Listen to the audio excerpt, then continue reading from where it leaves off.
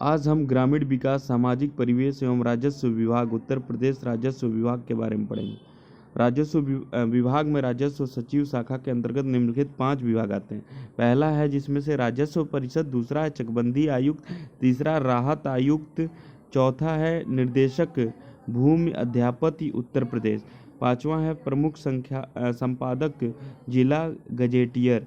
उपरोक्त पांचों विभागों के मुख्यालय प्रदेश की राजधानी लखनऊ में है। मतलब इनकी जो मुख्यालय है ना पांचों का, और राजधानी लखनऊ में है। विभागों का संक्षिप्त वर्णन निम्नलिखित प्रकार से। अब चलिए एक एक विभाग का देखते हैं। राजस्व परिषद।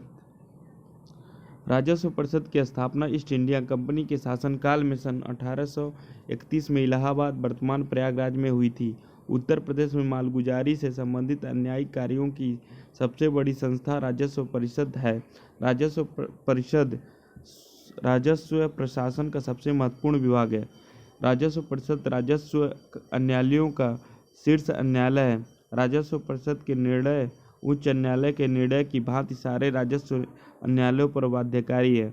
राजस्व परिषद के सदस्यों की नियुक्ति राज्य सरकार करती है। राजस्व परिषद के सदस्य कमिश्नरों से ही नियुक्त किए जाते हैं।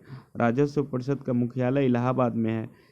स्वतंत्रता के बाद वर्ष 1947 से 48 में राजस्व परिषद के प्रशासनिक एवं न्यायिक कार्यों को अलग कर दिया गया। प्रशासनिक शाखा को लखनऊ ले जाया गया और न्यायिक शाखा को इलाहाबाद में बनाए रखा गया। यह व्यवस्था अभी भी जारी है। वर्तमान में राजस्व परिषद में एक अध्यक्ष, 2 प्रशासनिक और 7 न्यायिक सदस्य हैं। राजस्व परिषद के अंतर्गत मंडलायुक्त, जिला अधिकारी एवं उनके अधीन समस्त राजस्व अधिकारी आते हैं। राजस्व परिषद के अनुभाग। राजस्व परिषद उत्तर प्रदेश के लखनऊ स्थित प्रशासनिक कार्यालय में 19 अनुभाग और 14 प्रकोष्ठ है। राजस्व परिषद के इलाहाबाद कार्यालय में 2 अनुभाग हैं। राजस्व परिषद की संरचना। अध्यक्ष, 2 प्रशासनिक सदस्य, 7 न्यायिक सदस्य। मुख्यालय लखनऊ, मुख्यालय इलाहाबाद। मंडल स्तर से गांव तक राजस्व प्रशासन की संरचना। पहला हो गया मंडलायुक्त है, उसके बाद आएंगे अपर मंडलायुक्त। मंडलायुक्त की सहायतार्थ के लिए जिलाधिकारी, अपर जिलाधिकारी, जिलाधिकारी की सहायतार्थ के लिए एडीएम बोलते हैं उनको। उप जिलाधिकारी एसडीएम होता है। उसके नीचे तहसीलदार आएंगे, फिर उनके नीचे नायब तहसीलदार आएंगे, उसके नीचे राजस्व निरीक्षक आएगा, उसके नीचे लेखपाल आएगा। राजस्व विभाग के कार्य। भूमि के हक सीमांकन एवं बंटवारे से संबंधित वाद उप जिलाधिकारी एसडीएम के यहाँ चलते हैं।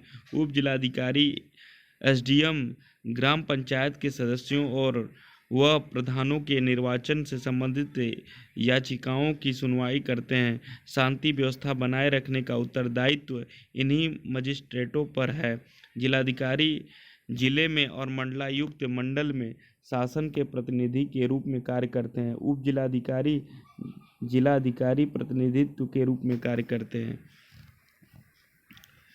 प्रदेश के सभी भू अभिलेखों यानी खतौनियों का कंप्यूटरीकरण किया गया है और अब केवल कंप्यूटरीकृत खतौनी तहसील से निर्गत किए जाने के निर्देश हैं। राजा टोडरमल भूलेख प्रशिक्षण एवं सर्वेक्षण संस्थान हरदोई में है। जिला स्तरीय राजस्व प्रशासन। भारत में राज्यों को जिलों में विभाजित किया गया है।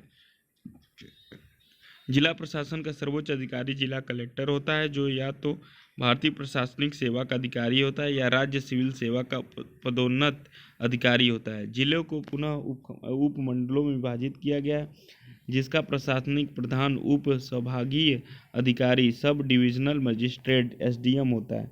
उपमंडल को अनेक तहसीलों या तालुकाओं में बांटा गया है। तहसील तालुकाओं का प्रशासन तहसीलदार नामक प्रशासनिक अधिकारी के अधीन होता है। तहसील तालुकाओं का विभाजन गांवों में किया गया है। तहसीलदार तहसील स्तर पर राजस्व प्रशासनिक अधिकारी होता है, जो तहसील स्तर पर कार्यों की वसूली हेतु उत्तरदायित्व होता है। तहसीलदार शब्द मुगल काल का शब्द है, जो अरबी भाषा से व्युत्पन्न है। अरबी भाषा में तहसील का अर्थ है राजस्व सृजन या संग्रह है, और दार का अर्थ पद का धारक है। दोनों संयुक्त अर्थ कर संग्राहक है। दोनों का संयुक्त अर्थ कर संग्राहक है। राजस्व न्यायालय। प्रदेश में इस समय कुल 2333 राजस्व न्यायालय हैं। इनमें नायब तहसीलदार के न्यायालय से लेकर राजस्व परिषद तक के न्यायालय सम्मिलित हैं। राजस्व न्यायालय में नायब तहसीलदार का न्यायालय सबसे निचला न्यायालय है तथा राजस्व परिषद का न्यायालय सर्वोच्च है। वर्तमान में प्रदेश के समस्त राजस्व न्यायालयों का कंप्यूटरीकरण किया जा चुका है। राजस्व न्यायालयों का कंप्यूटरीकरण एनआईसी की उत्तर प्रदेश इकाई के द्वारा किया जा रहा है। राजस्व न्यायालयों का कंप्यूटरीकरण एनआईसी की उत्तर प्रदेश इकाई के द्वारा किया जा रहा है। लेखपाल के कार्य। तहसीलदार द्वारा निर्धारित की गई तिथि पर प्रत्येक मास में लेखपाल तहसील में उपस्थित होंगे, जिसका किसी आपदा जैसे बाढ़, सूखा, ओला, पाला, फसल रोग, मनुष्यों या पशुओं में भयंकर संक्रमण रोग, घर या फसल में भयंकर आग लगने के पश्चात लेखपाल रजिस्ट्रार कानूनगो को एक रिपोर्ट देंगे। यदि सुपरवाइजर कानूनगो पड़ोस में है तो उन्हें सूचित करेंगे। पशुओं में संक्रमण रोग के फैलने पर वह ऐसी रिपोर्ट पशु चिकित्सा विभाग को भी देंगे। जब कभी सुपरवाइजर कानूनगो लेखपाल के हलके में जाए तो लेखपाल उन्हें रिपोर्ट करेंगे। प्रत्येक लेखपाल अपने हलके की समस्त भूमि प्रबंधन समिति का प्रधान मंत्री भी होता है, अतः लेखपाल को भूमि प्रबंधन समिति के निर्देशन में समिति संबंधित कार्य करने होते हैं। लेखपाल ग्राम पंचायत की भूमि पर अतिक्रमण के सभी मामले और ग्राम पंचायत की संपत्ति की क्षति के सभी मामलों की रिपोर्ट कलेक्टर को देता है। लेखपाल के पास उसके अधिकार क्षेत्र गांवों की खेती संबंधित सभी कागजात रहते हैं, जिन्हें भू अभिलेख कहते हैं। यदि कोई किसान अपनी जमीन के संदर्भ में कोई जानकारी चाहता है तो लेखपाल सरकारी शुल्क लेकर उसको जानकारी उपलब्ध कराता है। लेखपाल अपने कागजात में खेत का नाम, लगान, उसका मालिक, उसका नंबर आदि नोट करता है। लेखपाल तहसील से आदेश का कागज प्राप्त होने पर अभिलेखों की प्रतियां प्रमाणित करेगा, डाक तहसील को भेजेगा। लेखपाल के पास प्रत्येक गांव का नक्शा होता है। इस नक्शे में गांव के खेत, रास्ते, सड़कें, नदी, तालाब, बाजार, मकान आदि अंकित होते हैं। उत्तर प्रदेश लेखपाल सेवा नियमावली सन 2006। उत्तर प्रदेश लेखपाल सेवा एक अधीनस्थ सेवा है जिसमें समूह ग के पद समाविष्ट हैं। खेवट यह जमींदारी का रजिस्टर होता है।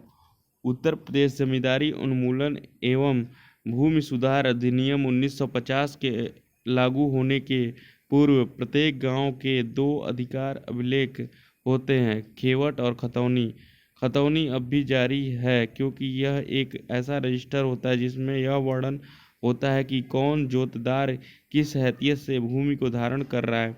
चूंकि खेवट जमींदार और जमींदारी से संबंध रजिस्टर था, अतएव जमींदारी उन्मूलन के बाद से इसे बंद कर दिया गया। खसरा और सजरा। खसरा एक कृषि संबंधित कानूनी भू दस्तावेज होता है जिसमें गांव की जमीन के टुकड़े और उगाई जा रही उपज का विवरण होता है। यह व्यक्तिगत कानूनी भू दस्तावेज होता है। इसका उपयोग सजरा नामक दस्तावेज के साथ किया जाता है। इसमें पूरे गांव का मानचित्र होता है जो उस गांव के सभी भूमि एवं भूमिपतियों की जानकारी देता है। सजरा सामूहिक कानूनी भू दस्तावेज है। सजरा सामूहिक है और ये खसरा इंडिविजुअल है। खतौनी गांव के खसरों और सजरा का प्रयोग करके किसी एक व्यक्ति या परिवार के स्वामित्व वाली भूखंडों का जो विवरण तैयार किया जाता है उसे खतौनी कहते हैं। अर्थात व्यक्ति से संबंधित या परिवार से संबंधित सभी खसरों की सूची उस खतौनी में होती है। खतौनी पारिवारिक कानूनी भू विवरण दस्तावेज है। चकबंदी खातेदारों के बिखरे हुए जोतों को एकत्रित करने की प्रक्रिया चकबंदी कहलाती है।